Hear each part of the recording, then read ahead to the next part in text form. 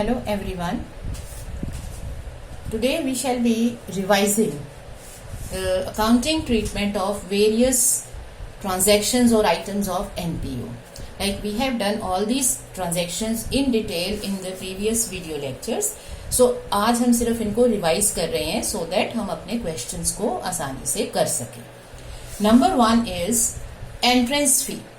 So हमारा basic rule याद रखना है, जो भी ट्रांजैक्शन या आइटम है उसे हमें इस तरह से सोचना है कि ये कैपिटल ट्रांजैक्शन है या ये रेवेन्यू ट्रांजैक्शन है. ये सबसे पहली चीज है. बेसिक चीज क्या है, हमें ट्रांजैक्शंस को कैपिटल और रेवेन्यू में डिवाइड कर देना है, क्लासिफाई कर देना है. जो रेवेन्यू ट्रांजैक्शंस होती हैं वो इनकम और एक्सपेंडिचर में जाती हैं, और जो कैपिटल ट्रांजैक्शंस हैं वो बैलेंस शीट में रेलेवेंट अकाउंट्स में एडजस्ट होती हैं. हाँ, उनके इंसिडेंटल अमाउंट्स जो प्रॉफिट और लॉस या इनकम और गेन डिपिक्ट कर रहे होते हैं वो हमारे इनकम एंड एक्सपेंडिचर में आ जाते हैं.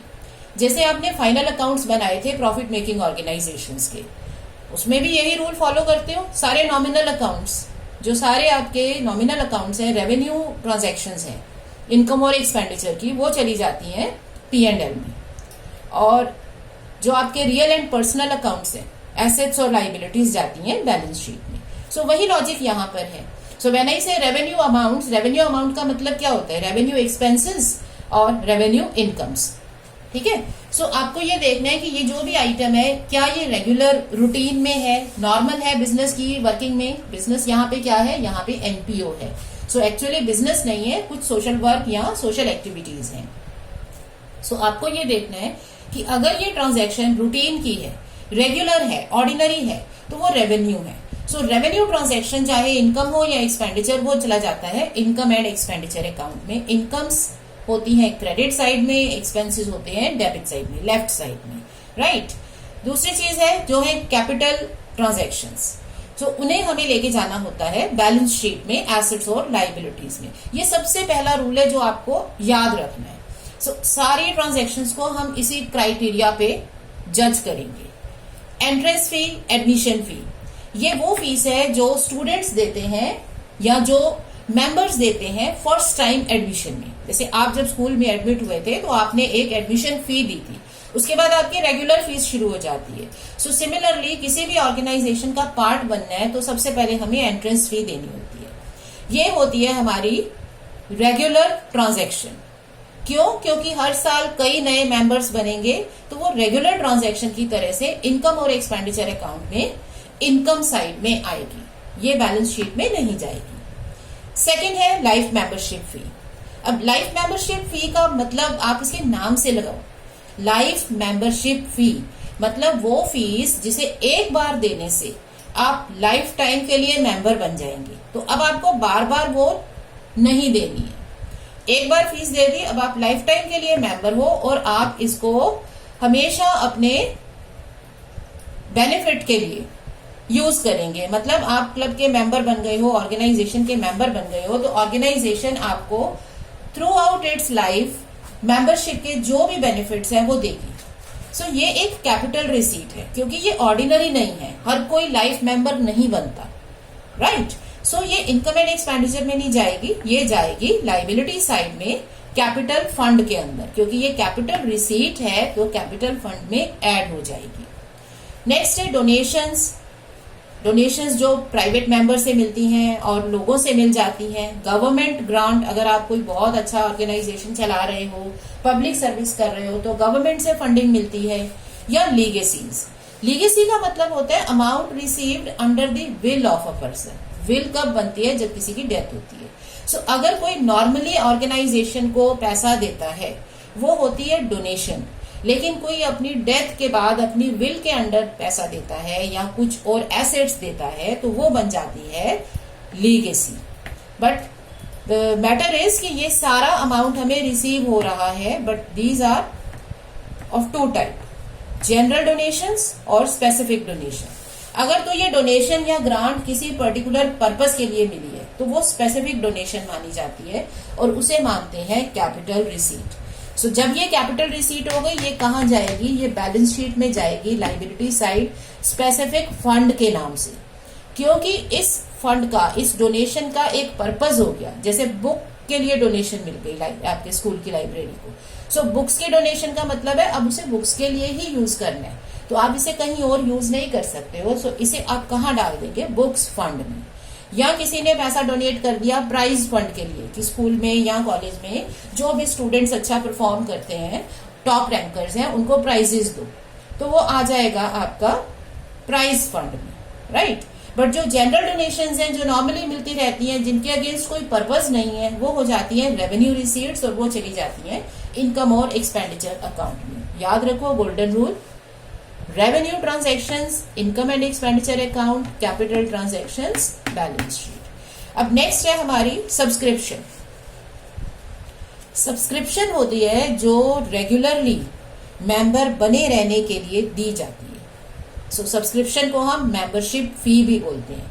आपको हर साल पे करनी है, जैसे आप अपने स्कूल में पे करते हो, हर साल फीस पे करते हो, क्वार्टरली या मंथली या हाफ ईयरली, ये आपका सिस्टम है कि कब देनी है, बट देनी पूरे ईयर की है। सो ये एक रेगुलर ट्रांजैक्शन है। इसके साथ साथ कई बार हमें एडवांसेस और आउटस्टैंडिंग अमाउंट भी दिए होते हैं, या हमें नंबर ऑफ मेंबर्स और सब्सक्रिप्शन अमाउंट बता देते हैं। सो क्योंकि ये हमारी एक रेवेन्यू ट्रांजैक्शन है, रेगुलर ट्रांजैक्शन है, सो इसमें जो इनकम है, इनकम ऑफ द ईयर, वो चली जाएगी इनकम एंड एक्सपेंडिचर अकाउंट में, और जो बैलेंसेस बच जाएंगे, जैसे आउटस्टैंडिंग सब्सक्रिप्शन कोई नहीं दे पाया या एडवांस किसी ने नेक्स्ट ईयर के लिए भी एडवांस में दे दी, तो ये आपकी बैलेंस शीट में चली जाती है एज एन एसेट अगर आउटस्टैंडिंग है, क्योंकि ये मिलेगी, और एज अ लाइबिलिटी क्योंकि ये नेक्स्ट ईयर के लिए पहले ही मिल गई है, तो अब हमें लाइबिलिटी है, हमें सर्विसेज देनी है, लेकिन पैसा नहीं मिलेगा, पैसा मिल चुका। अब इसे जब हम इनकम और एक्सपेंडिचर अकाउंट में लिखेंगे, क्योंकि इसके साथ कुछ एडजस्टमेंट्स दे रखी हैं, आउटस्टैंडिंग और प्री पेमेंट्स, तो हमें सेकेंड रूल क्या याद रखना है? सेकेंड रूल हमारा है कि जो इनकम एंड एक्सपेंडिचर अकाउंट है वो बनता है एक्रूवल बेसिस पे, वेयर एज जो रिसिप्ट है वो है कैश बेसिस पे। सो हमें एक कैश बेसिस के अमाउंट को एक्रूवल बेसिस में चेंज करना है। वो कैसे चेंज करते हैं? आउटस्टैंडिंग्स और प्री पेमेंट्स एडजस्ट करते हैं। सो आप जो रिसिप्ट है उसमें outstanding in the beginning minus करते हो, outstanding at the end plus करते हो, amount received in advance in the beginning minus received in advance at and plus करते हो। अब ये कैसे प्लस करते हैं या माइनस करते हैं, इसके लिए सिंपल रूल है, बेसिक रूल। अगर ये अमाउंट आउटस्टैंडिंग और एडवांस करंट ईयर से बिलोंग करता है तो ऐड होगा, बट अगर ये करंट ईयर की जगह प्रीवियस ईयर या नेक्स्ट ईयर से बिलोंग करता है तो सब्ट्रैक्ट होगा। सो इसका फॉर्मूला हमने डिटेल में डिस्कस किया था जब हम सब्सक्रिप्शन पढ़ रहे थे। सो इन केस आपको ये समझना है, आप इसका वीडियो लिंक देख सकते हो। सो मेरी क्लास 12th की पूरी प्ले लिस्ट में सब्सक्रिप्शन के नाम से एक वीडियो है, आप उसे देख सकते हो। नेक्स्ट हमारा है स्पेसिफिक पर्पस ट्रांजैक्शंस। सो अब हमें कुछ ट्रांजैक्शंस मिल रही हैं किसी पर्पस के लिए, जैसे आपको प्राइजेस के लिए मिल गया, थोड़ा सा हमने ऊपर डिस्कस किया है लेकिन अब यहाँ डिटेल में करेंगे। जैसे आपको प्राइज के लिए पैसा मिल गया, या टूर्नामेंट कराने के लिए डोनेशन मिल गई, या आपको बुक्स के लिए मिल गया फंड, या किसी स्कूल को या क्लब को, किसी ऑर्गेनाइजेशन को किसी ने बिल्डिंग फंड दे दिया कि आप अपनी बिल्डिंग बना लो। सो आपको एक स्पेसिफिक पर्पस के लिए ट्रांजैक्शन मिल गया। अब इसके दो तरीके हैं अकाउंट करने के। एक तो ये है कि उसका फंड बना लो, मतलब या तो फंड एग्जिस्ट कर रहा है या फंड बना लो उसका। सेकंड है कि अगर कोई फंड एग्जिस्ट नहीं कर रहा और अमाउंट भी मार्जिनल सा है, मतलब अमाउंट ऐसा नहीं है कि वो लॉन्ग टर्म में यूज हो सके। सो अगर ये फंड एग्जिस्ट कर रहा है या अमाउंट से फंड बनेगा, जैसे एंडोमेंट फंड होते हैं।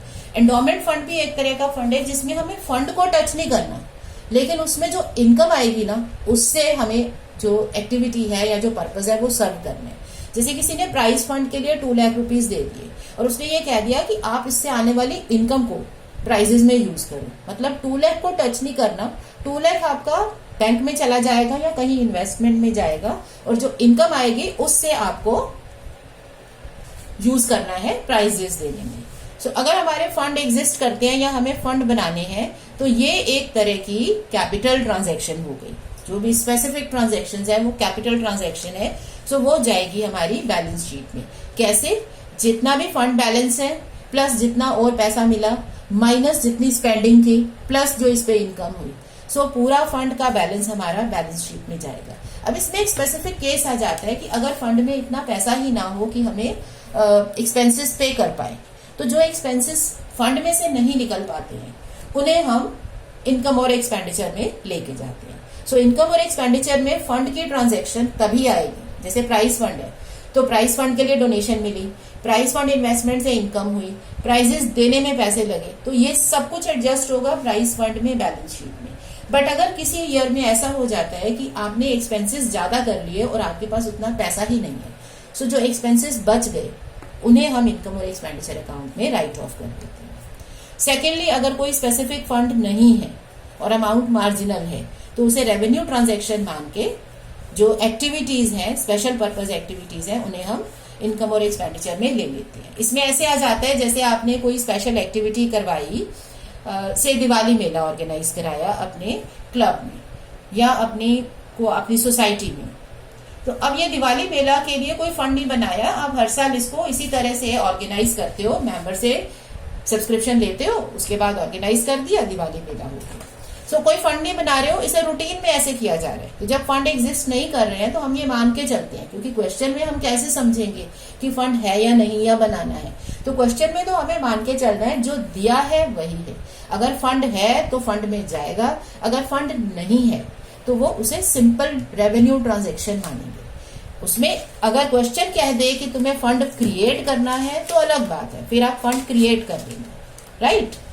Then next is transactions relating to magazines, newspapers. जैसे किसी भी ऑर्गेनाइजेशन में जब आप जाते हैं वहां कई बार मैगजीन्स पड़ी होती हैं, न्यूज़पेपर्स पड़े होते हैं जो मेंबर्स जाके वहां पे पढ़ लेते हैं, ठीक है। सो आपके पास मैगजीन्स और न्यूज़पेपर्स खरीदने की भी ट्रांजैक्शन होगी और उसको सेल करने की भी होगी। सेल कैसे होगी? ओल्ड न्यूज़पेपर्स, तो ये हम उन्हीं न्यूज़पेपर की सेल कर रहे हैं जो हमने खरीदे हैं।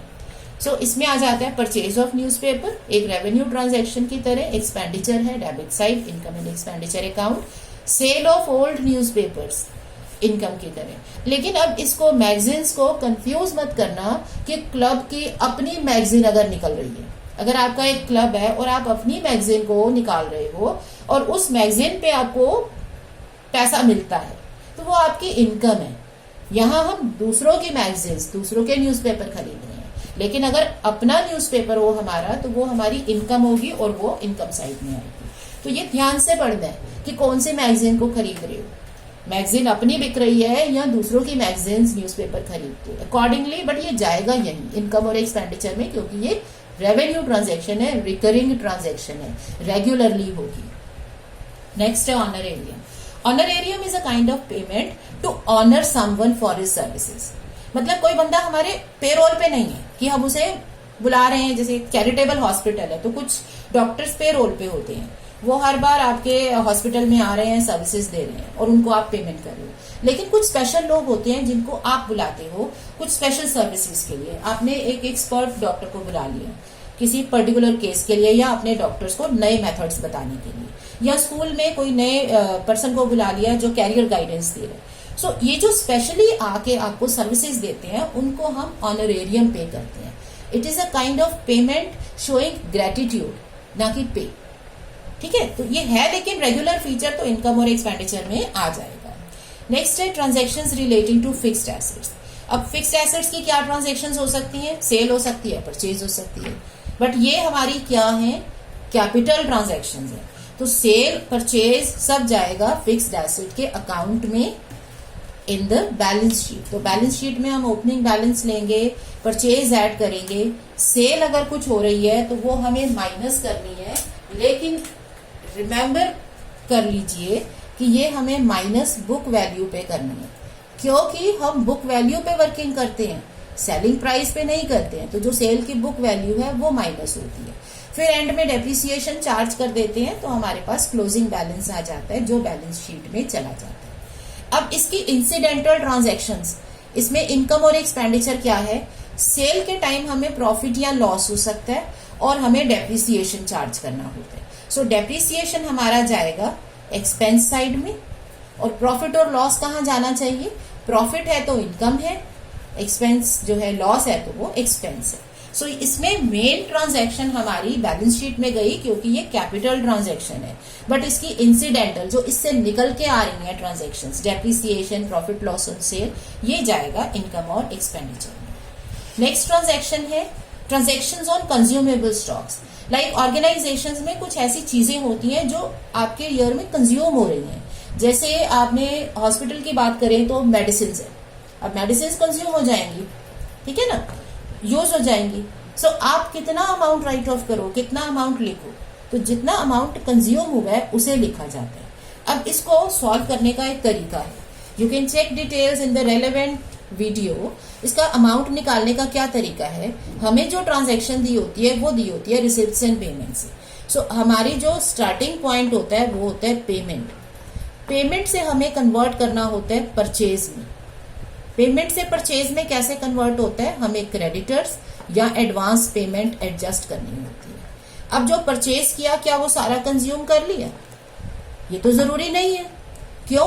क्योंकि कुछ बच भी जाता है। अब इस परचेज में जब हम स्टॉक्स एडजस्ट करते हैं, opening as well as closing, तो हमें मिलता है कंजम्पशन। सो परचेज में स्टॉक इज एडजस्ट करके हमें amount consumed during the year मिलता है। तो क्या किया हमने पेमेंट ली, पेमेंट जो हमारा स्टार्टिंग पॉइंट है उसको परचेज में कन्वर्ट किया, परचेज को कन्वर्ट किया कंजम्पशन में, और ये कंजम्पशन जाएगी हमारी इनकम एंड एक्सपेंडिचर अकाउंट में। और जो बैलेंसेस हमने एडजस्ट किए ये इंसिडेंटल बैलेंसेस है, ट्रांजैक्शन ये इनकम एंड एक्सपेंडिचर की है, बट बैलेंसेस बच जाते हैं, आ जाते हैं। सो स्टॉक बैलेंस है, क्रेडिटर बैलेंस है, एडवांस अमाउंट्स है, ये सारे हमारे चले जाएंगे बैलेंस शीट में। सो हमारा रूल अभी भी वही है, हमें ट्रांजैक्शंस को किस क्राइटेरिया पे जज करना है, हमें जज करना है कि ये कैपिटल है या रेवेन्यू है। कैपिटल है तो जाएगी बैलेंस शीट में अकाउंट्स के थ्रू, रेवेन्यू है तो जाएगी इनकम एंड एक्सपेंडिचर में। अब फाइनली क्या हो गया, हमने मैक्सिमम ट्रांजैक्शंस एडजस्ट कर ली, अब कुछ और बच जाती है। बिकॉज हम कितनी भी ट्रांजैक्शंस लिख लें, हम एग्जॉस्टिव लिस्ट नहीं बना सकते कि सारी ट्रांजैक्शंस कवर हो गई। There are so many type of organisations, हर एक की अपनी ट्रांजैक्शंस हैं। सो हमने एडजस्ट कर ली, समझ ली, जो कॉमन है सब में आती है। अब जो बच गई, कुछ ऐसी ट्रांजैक्शंस भी आएंगी जो हमने लिखी नहीं है पहले, तो रिमेनिंग पेमेंट्स। अब रिमेनिंग पेमेंट्स के लिए वही गोल्डन रूल, कैपिटल और रेवेन्यू में एडजस्ट करो।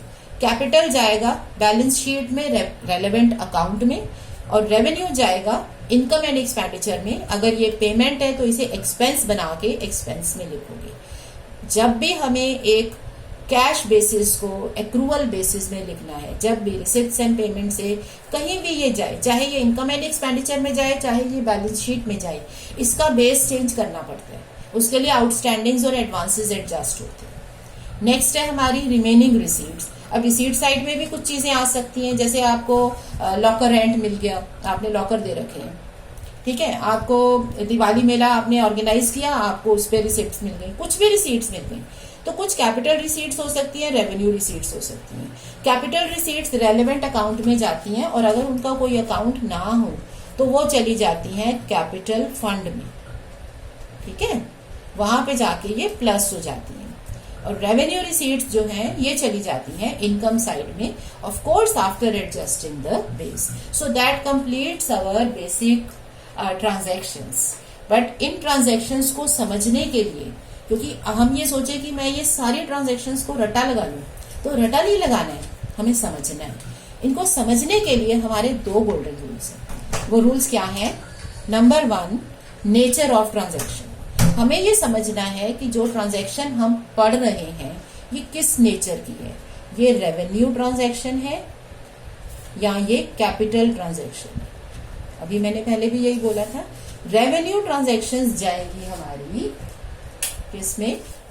Just pause for a minute और सोचो, रेवेन्यू ट्रांजैक्शंस कहाँ जानी चाहिए? इनकम एंड एक्सपेंडिचर अकाउंट में। इनकम है, कुछ मिल रहा है तो इनकम साइड में, कुछ जा रहा है तो एक्सपेंस साइड में। ये पहली चीज है, जाएगी इसमें। अभी सिर्फ हम अकाउंट डिसाइड कर रहे हैं। कैपिटल ट्रांजैक्शन है तो वो रेलेवेंट अकाउंट के थ्रू, रेलेवेंट अकाउंट इसलिए कि आप ट्रांजैक्शन सोचो ये किस अकाउंट की है। एसेट खरीद रहे हो तो वो एसेट की है, कोई डोनेशन मिल रही है किसी फंड के लिए तो वो फंड की है, तो रेलेवेंट अकाउंट के थ्रू जाएगी बैलेंस शीट में। ठीक है, सो पहले हमने क्या डिसाइड किया कि हमारी ट्रांजैक्शन ने जाना कहाँ है। अब एक बार डिसाइड हो गया ये जाना कहाँ है इसने, जैसे ऑफिस एक्सपेंसेस है, प्रिंटिंग एंड स्टेशनरी है, टेलीफोन बिल्स है, रेवेन्यू पेमेंट्स है, ये जाएंगे इनकम एंड एक्सपेंडिचर में। परचेज ऑफ एसेट है, परचेज ऑफ इन्वेस्टमेंट है बैलेंस शीट में। ठीक है, डोनेशन मिली जनरल इनकम है, एंट्रेंस फी मिली इनकम है। लेकिन अगर आपको लाइफ मेंबरशिप फी मिलती है, बुक्स के लिए डोनेशन मिलती है, तो ये अलग जाएगी। लाइफ मेंबरशिप फी का कोई फंड नहीं होता है तो वो कैपिटल फंड में चली जाती है या ये अपने अकाउंट में जाएगी। तो प्राइस की रिसीट है तो प्राइस फंड में चली गई, राइट। सो बैलेंस शीट में वो रेलेवेंट अकाउंट में चली जाएंगी। अब ये हमने डिसाइड कर लिया कि इन्हें जाना कहाँ है। अब सेकेंड चीज हमें डिसाइड करनी है कि इसका अमाउंट क्या होगा। समझ रहे हो, अमाउंट डिसाइड करना है। अब ये अमाउंट कैसे डिसाइड होता है, हमें जो ट्रांजैक्शन गिवन होती है, जो हमारा स्टार्टिंग पॉइंट होता है, ट्रांजैक्शन गिवन है हमें नॉर्मली आपकी सारी transactions, leave aside a few 1 और 2, मेनली जो हमें ट्रांजैक्शंस गिवन होती हैं वो दी जाती हैं रिसिप्ट्स एंड पेमेंट अकाउंट से पिक करके। And we know that it is prepared on cash basis. So ये हमारी आ रही है कैश बेसिस से, लेकिन हमें इसे लेके कहाँ जाना है, हमें इसे लेके जाना है इनकम एंड एक्सपेंडिचर अकाउंट में या फिर हमें बैलेंस शीट में इन द रेलेवेंट अकाउंट्स। अब ये जो दो चीजें हैं जो फाइनल स्टेटमेंट्स हैं ये बनती हैं एक्रूवल बेसिस पर। तो कोई भी अमाउंट अगर हमें रिसिप्ट्स एंड पेमेंट से पिक करके इनकम एंड एक्सपेंडिचर या बैलेंस शीट में लेके जाना है तो वो हमारा सीधे नहीं जा सकता, हमें बेस चेंज करना होगा। विच मीन्स कि जब हम यहां से यहां ट्रांसफर कर रहे हैं तो यहां हमें एडजस्टमेंट करनी होगी किस किस चीज की, आउटस्टैंडिंग की जिसे क्रेडिटर भी बोल देते हैं, एडवांस की, और अगर किसी चीज के स्टॉक्स हैं तो स्टॉक्स की भी एडजस्टमेंट होगी। सो ये दो रूल्स हमें याद रखने हैं। अगर ये रूल से हम चलेंगे हमारी कैलकुलेशन में कभी मिस्टेक नहीं होगी। पहली चीज ट्रांजैक्शन जानी कहाँ है, दूसरी कितनी अमाउंट पे जाएगी, right. So just understand these basic rules. तो अब हम प्रिपेयर हो गए हैं to solve full fleshed questions. Full fleshed question हम बोलते हैं जब हमें complete income and expenditure account और बैलेंस शीट बनानी हो। लाइक अब तक हम क्या कर रहे थे, हम पर्टिकुलर ट्रांजैक्शन पिक करते थे और देखते थे वो कहाँ लिखी जाएगी। सो वो हमने कर लिया। अब हम इंडिविजुअली ट्रांजैक्शन को लिख सकते हैं। अब हमारा काम है, अब हमें पूरे अकाउंट्स बनाने हैं, मतलब ये final accounts of NPO, income and expenditure account और बैलेंस शीट बनाना है। अब ये कैसे बनेगा, इसके क्या स्टेप्स होंगे, this we are going to study in the next video lecture. Thank you.